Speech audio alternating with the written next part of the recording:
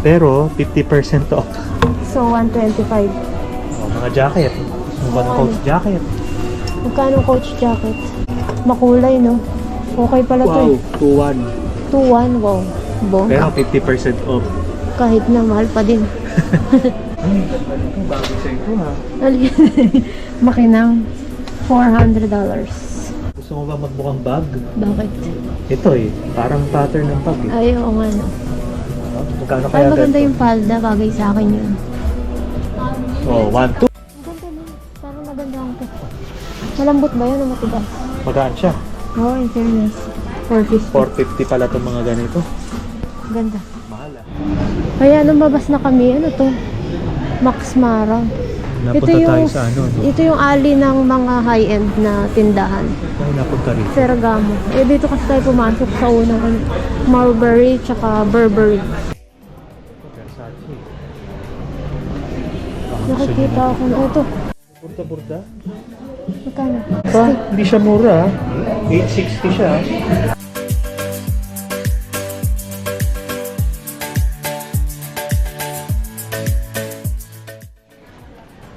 70% off original price sa Tommy. Tapos may additional pang, ano yun? Additional 30, eh di 100%. Hindi ko Ano maalam. sabihin nun? Hindi, ibig sabihin, pagka nabawasan na ng 70, Yung price noon ay minus. babawasan mo pa ng 30 yung huli. Ah, So, okay. hindi siya 30 galing sa pinaka-original. Ah, okay. O, tara. Tingnan natin. Natin.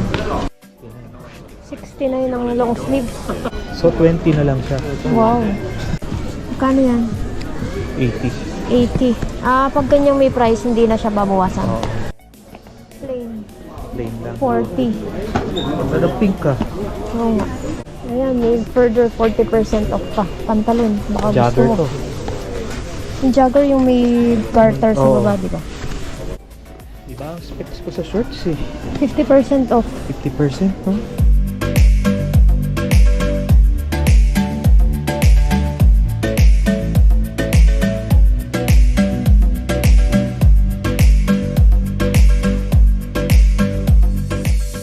Shorts.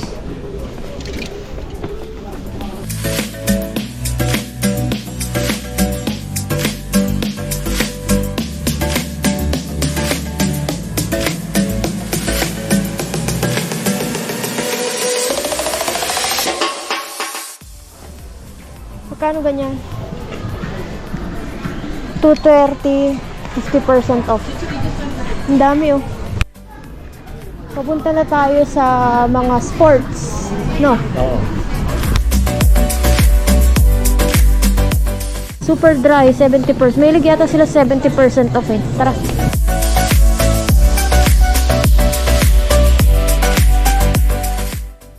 Yung mga chinela 70, yung gantong shoes na may palaman, 109. Ang cute ng pambata oh. Ayun, pang damit ng baby, sale din. Sale. Oo nga no. Oshkosh, naka-sale din. Mas maganda lang yung shop doon sa Birkenhead kasi maaliwalas yung mall, no? Oakley.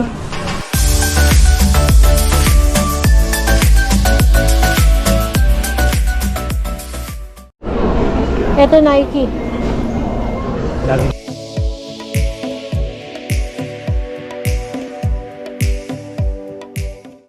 Bili na. 60%. Sasukat mo nga kung magbagay sa'yo.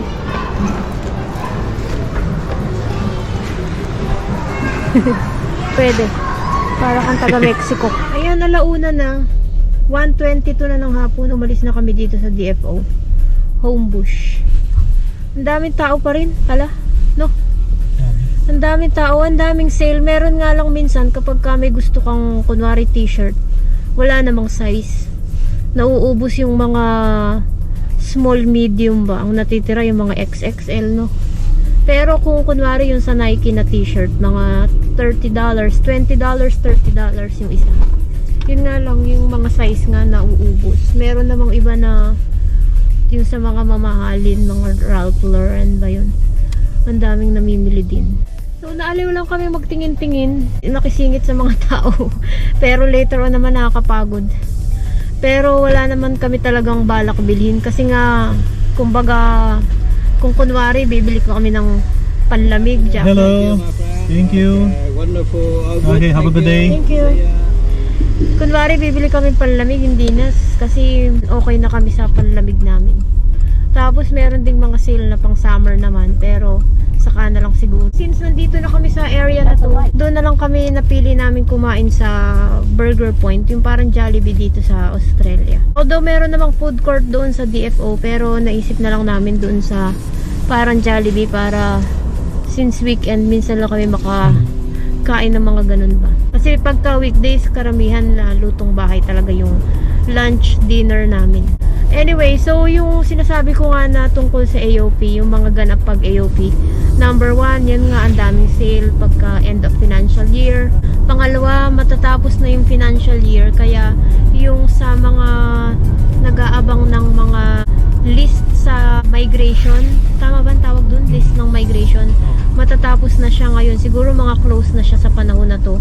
Pero sa July naman, July, August, September, nagre-release naman ang bawat state ng panibagong listahan ng mga skills na kailangan nila for the next financial year. So, yun naman yung sunod nating aabangan.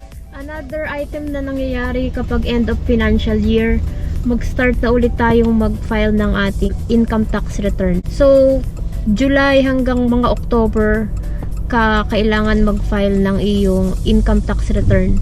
So, kung ano yung mga kailangan mo i-claim, yan, gagawin mo na yan kapag hanggang October. Ayan, mag-aalas 4 na ng hapon. Hindi kami natuloy sa Burger Point kasi naligaw-ligaw kami hanggang hindi na kami makabalik dun sa area na yun. At gutom na kami. So, dito na lang kami pumunta sa may Rhodes Waterside na kung saan merong IKEA. So, doon na lang kami kumain kung ano yung available dyan. So, next time na lang kami kakain ng parang Jollibee. So, ituloy ko lang yung mga nagaganap kapag end of financial year. Ang isa sa nagaganap ay kung meron kayong mga extra cover, ibig sabihin yung katulad sa amin na meron kaming yung pang salamin, pang dental, tsaka pang ambulance.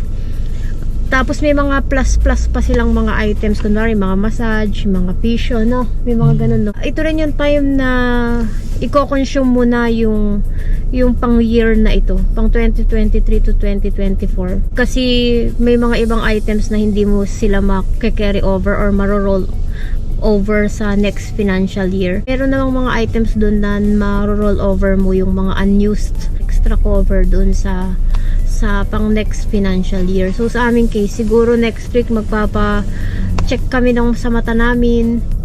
Tsaka yun, nag-schedule na rin kami ng pang dental para hindi masayang yung pang 2023-2024 na extra cover namin.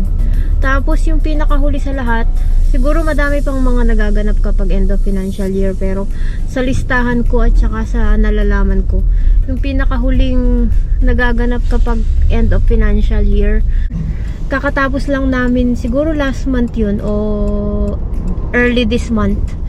Kapag gantong panahon nagkakaroon sa trabaho ng parang evaluation, hindi evaluation hindi rin appraisal ang tawag dito Sa Singapore appraisal ang tawag, pero dito iba Turn right. performance Then turn right review. onto Richmond Road. Performance review ang tawag sa inyo ba? Anong tawag sa inyo? Parang ganun din. Performance review, no? Oo. So yung performance review, check nila kung ano yung ginawa mo for the last year. Tapos at kaakibat nun ay sa July, meron dagdag sahod. 'Di ba? Correct. Laging may dagdag sahod, kahit iba-iba man yung porsyento ng dagdag sahod, laging may dagdag sahod. So, gantong year, end of financial year, sa sunod na buwan, sa July, may dagdag sahod na matatanggap yung mga empleyado. Sa Singapore, kailan ang dagdag sahod? Chinese New Year, February. So, kung sa Singapore ay ang mga notice na may dagdag sahod ay tuwing Chinese New Year. Dito sa Australia, ang notice ng dagdag sahod ay yan nga, yung tuwing July, tuwing pagkatapos ng end of financial year. So, panibagong financial year, yun na yung malalaman mo yung dagdag sahod. Sana ay lahat tayo ay makatanggap ng dagdag sahod, di ba? Kasi ang mahal na ng bilihin, tsaka nagmamahal yung mga renta ng bahay, di ba? So, dapat lang na may dagdag sahod tayo, di ba? Para uma-adjust din yung sweldo mo sa gastusin ba. So, yun yung mga nagaganap tuwing end of financial year dito sa Australia. So, maraming salamat sa inyong panonood. Sana ay may nadagdag kami na impormasyon sa mga nagaganap dito sa Australia para may reference din kayo kung ano nga ba ang mga nangyayari kapag mga gantong season nga. So maraming salamat sa inyong panonood. Mag-ingat kayo palagi. Stay safe and God bless you. Maraming salamat po. Hanggang sa muli. Bye-bye. Bye! Ingat!